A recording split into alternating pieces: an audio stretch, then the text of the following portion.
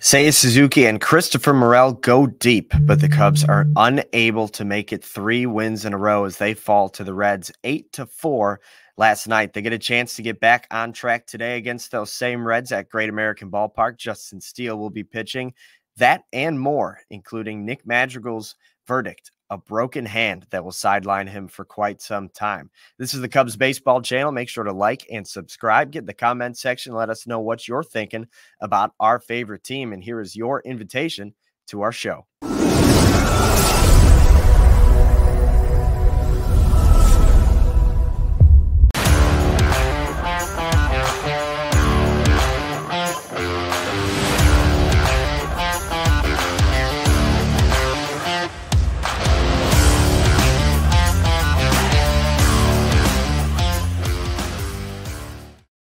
What's up, everybody? Anthony Pasquale here for the Cubs baseball channel. Thank you guys for joining us and always being a part of our show. Make sure to like and subscribe, ring the bell, and we're going to talk some Cubs baseball for you today. I'm on Twitter at ant_Pasquale3. 2 nights ago, Mike Tauchman hit the walk-off homer against the Sox. That's where I was. I was in Wrigley Field. Not sure if you guys were watching the game, but if you were watching the marquee stream, there was a fan in the right field bleachers clapping like this with his shirt off after the game.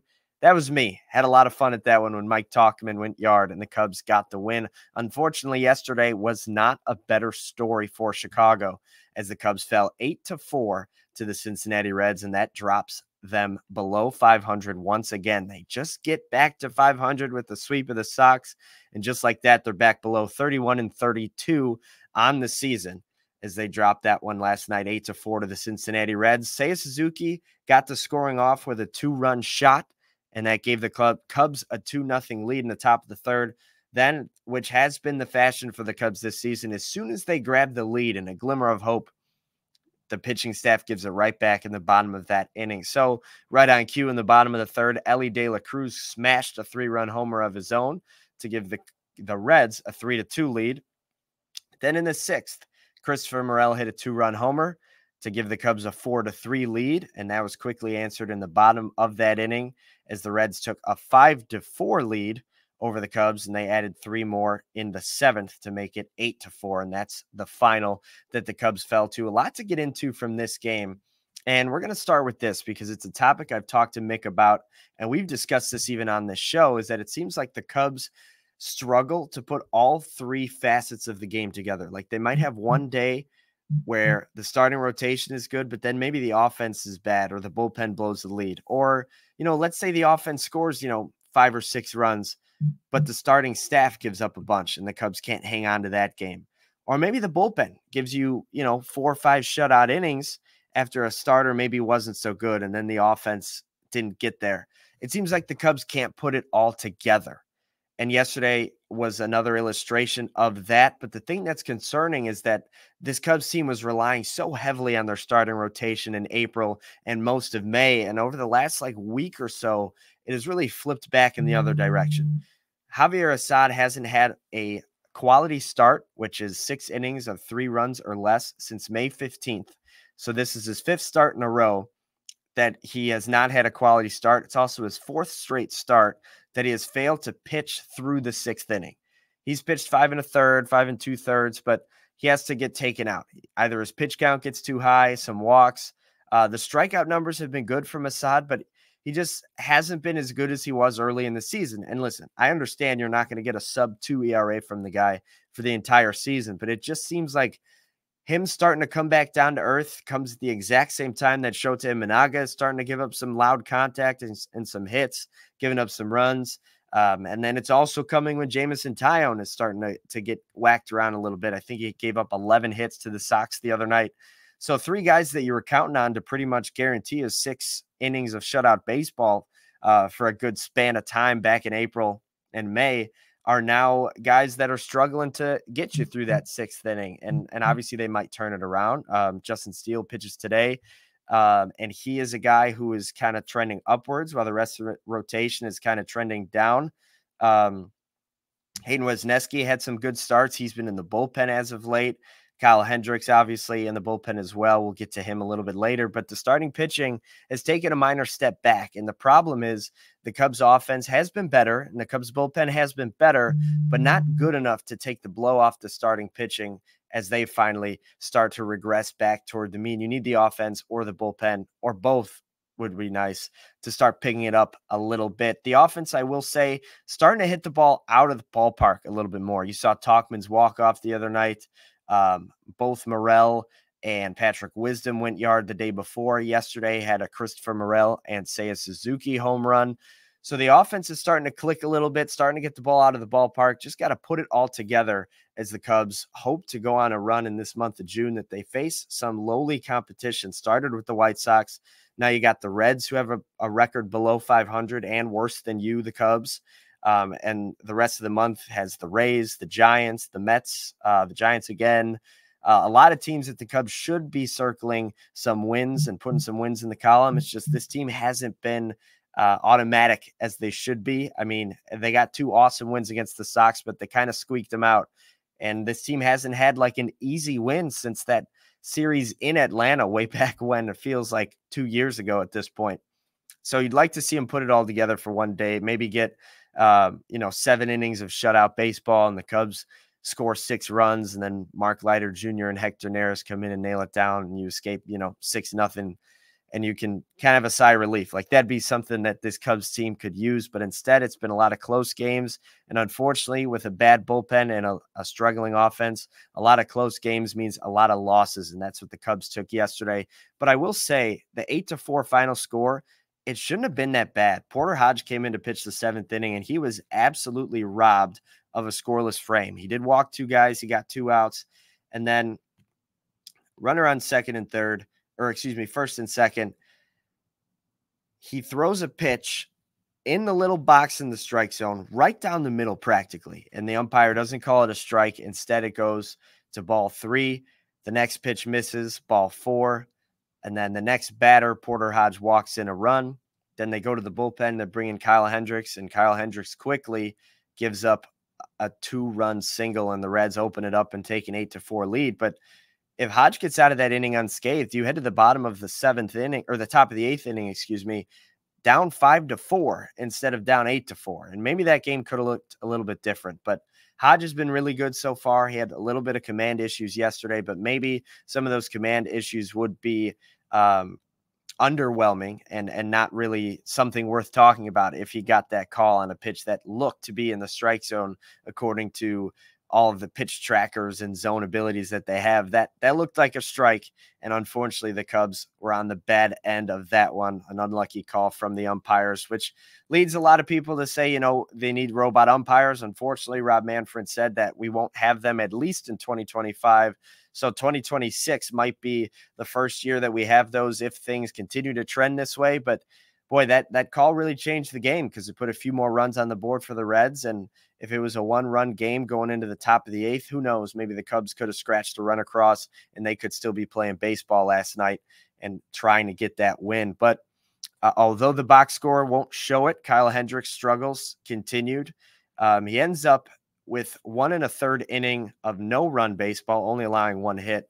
But he came into the game with the bases loaded, and that 1 hit was a 2-run single that gave the Reds an 8-4 lead. And Hendricks is a guy that the Cubs have been really trying to figure out a role for. He's a guy who provides a ton of leadership. He's had tremendous success in his career, but this year he just doesn't have it. He's been really bad as a starter, giving up a ton of runs.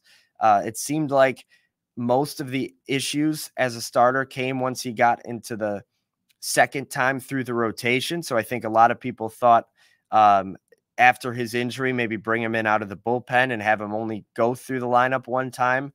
And you thought that might be able to work. But unfortunately, he's still giving up a ton of hits and a ton of runs out of the bullpen. His last 2 outings out of the bullpen, I believe May 29th against Milwaukee, he gave up 3 runs. June 2nd against the Reds last week, he gave up 5 base runners in 3 innings, ended up not allowing any runs, but that game was out of hand at the time. And then yesterday, no earned runs, but a few runs that he inherited scored. So you still can't fully figure out a way to make Kyle Hendricks valuable right now on your team. But the problem is with so many injuries piling up on your bullpen staff, Daniel Palencia just got re-injured. We're waiting to hear an update on him, but he's a guy that just came off the injured list and was optioned back to Iowa. Colton Brewer, Julian Merriweather, Yency Almonte, Albert Almora, Adbert Alzolay, are just a number of the names on the injured list. And it's something that the Cubs are going to have to continue to fight through and continue to get valuable innings out of guys like Luke Little and Porter Hodge and some of the other guys that are kind of thrust into high leverage situations, because you can't have Hayden Wesneski, Mark Leiter Jr., and Hector Neris pitch every night. It's something that David Ross was, and even Joe Madden prior, had kind of found his guys that they liked. And by the end of the year, they were all burnt out. You look last year, Leiter and Alzolay and Merriweather kind of fell apart toward the end of the season. And you look back to the Joe Madden years of Steve Cishek. He's a guy that his arm kind of fell off toward the end of the season because he was just used so much because he was trusted, and the Cubs didn't have a lot of other trusted options. So we'll have to keep an eye on the way the Cubs bullpen shakes out, especially once Jordan Wicks comes back, which should be on the forefront soon. Does he join that bullpen and give them an extra boost? Does he go into the starting rotation and a guy like Ben Brown goes back to the bullpen to give them a boost? Or do the Cubs employ a six-man rotation, giving their starters more days off? Unfortunately, that would mean a little bit more tax for the bullpen. But with the starters struggling a bit as of late, that has required more innings out of your bullpen. And if you have a six-man rotation, that bullpen might be especially thin. So that's something to track and something to take note of, as if you have a six-man rotation, but none of them are getting through 5-6 innings, then every night you're still requiring your bullpen to go out there and get 4 or 5 innings worth of outs every night.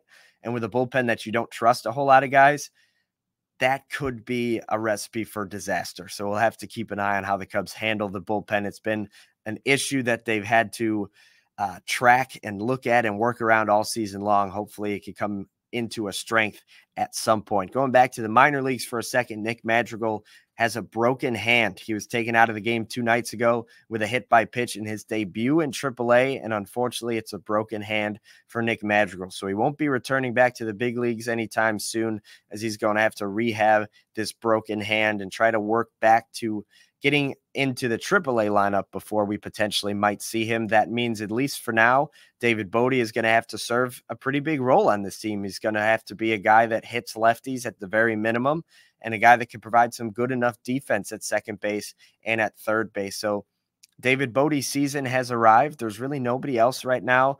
The Cubs obviously don't have a ton of faith in Luis Vasquez. Otherwise, he would still be up with the big league club. And a guy like Matt Shaw, who had a nice RBI single, or maybe even an RBI double yesterday for Tennessee, isn't quite ready to come up to the big leagues yet. So the Cubs are going to be a little bit thin position player-wise, unless they make a move of some sort.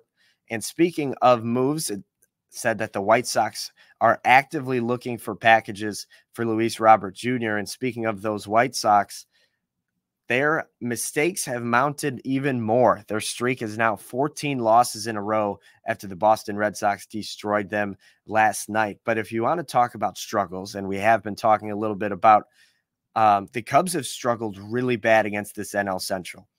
After taking 2 out of 3 from Milwaukee and 2 out of 3 from Pittsburgh to start their seasons against the division, the Cubs were 4-2 at that point. Since then, they're 3-11.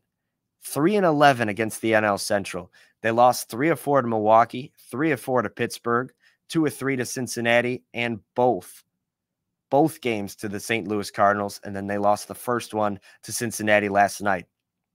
They're 500 right now, still holding a playoff spot in the National League. But the fact of the matter is, if you want to win this division, you're going to have to beat this division. And frankly, they're not that good. So you have no excuses. You got to beat these teams. You got to beat the Reds. You got to beat the Brewers. You got to beat the Cardinals. You got to beat the Pirates. And the Cubs have sucked against all of them this season.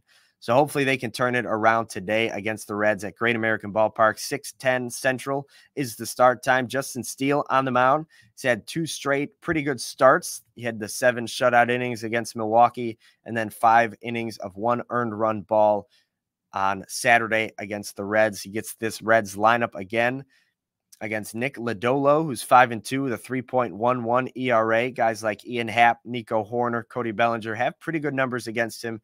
So hopefully the Cubs can put up some runs early and often and even this series up as we look forward to a weekend filled with baseball against the Cincinnati Reds. Thank you guys so much for tuning in, as always, to the Cubs Baseball channel. Make sure to like, subscribe, jump in the comment section. Let us know how you guys feel about this Cubs team. Let us know what you guys think the Cubs should do when Jordan Wicks returns from the injured list, hopefully rather soon. But that's it from us for today. Hope you guys enjoy, and hopefully we get to watch a Cubs win today against Cincinnati. Go Cubs.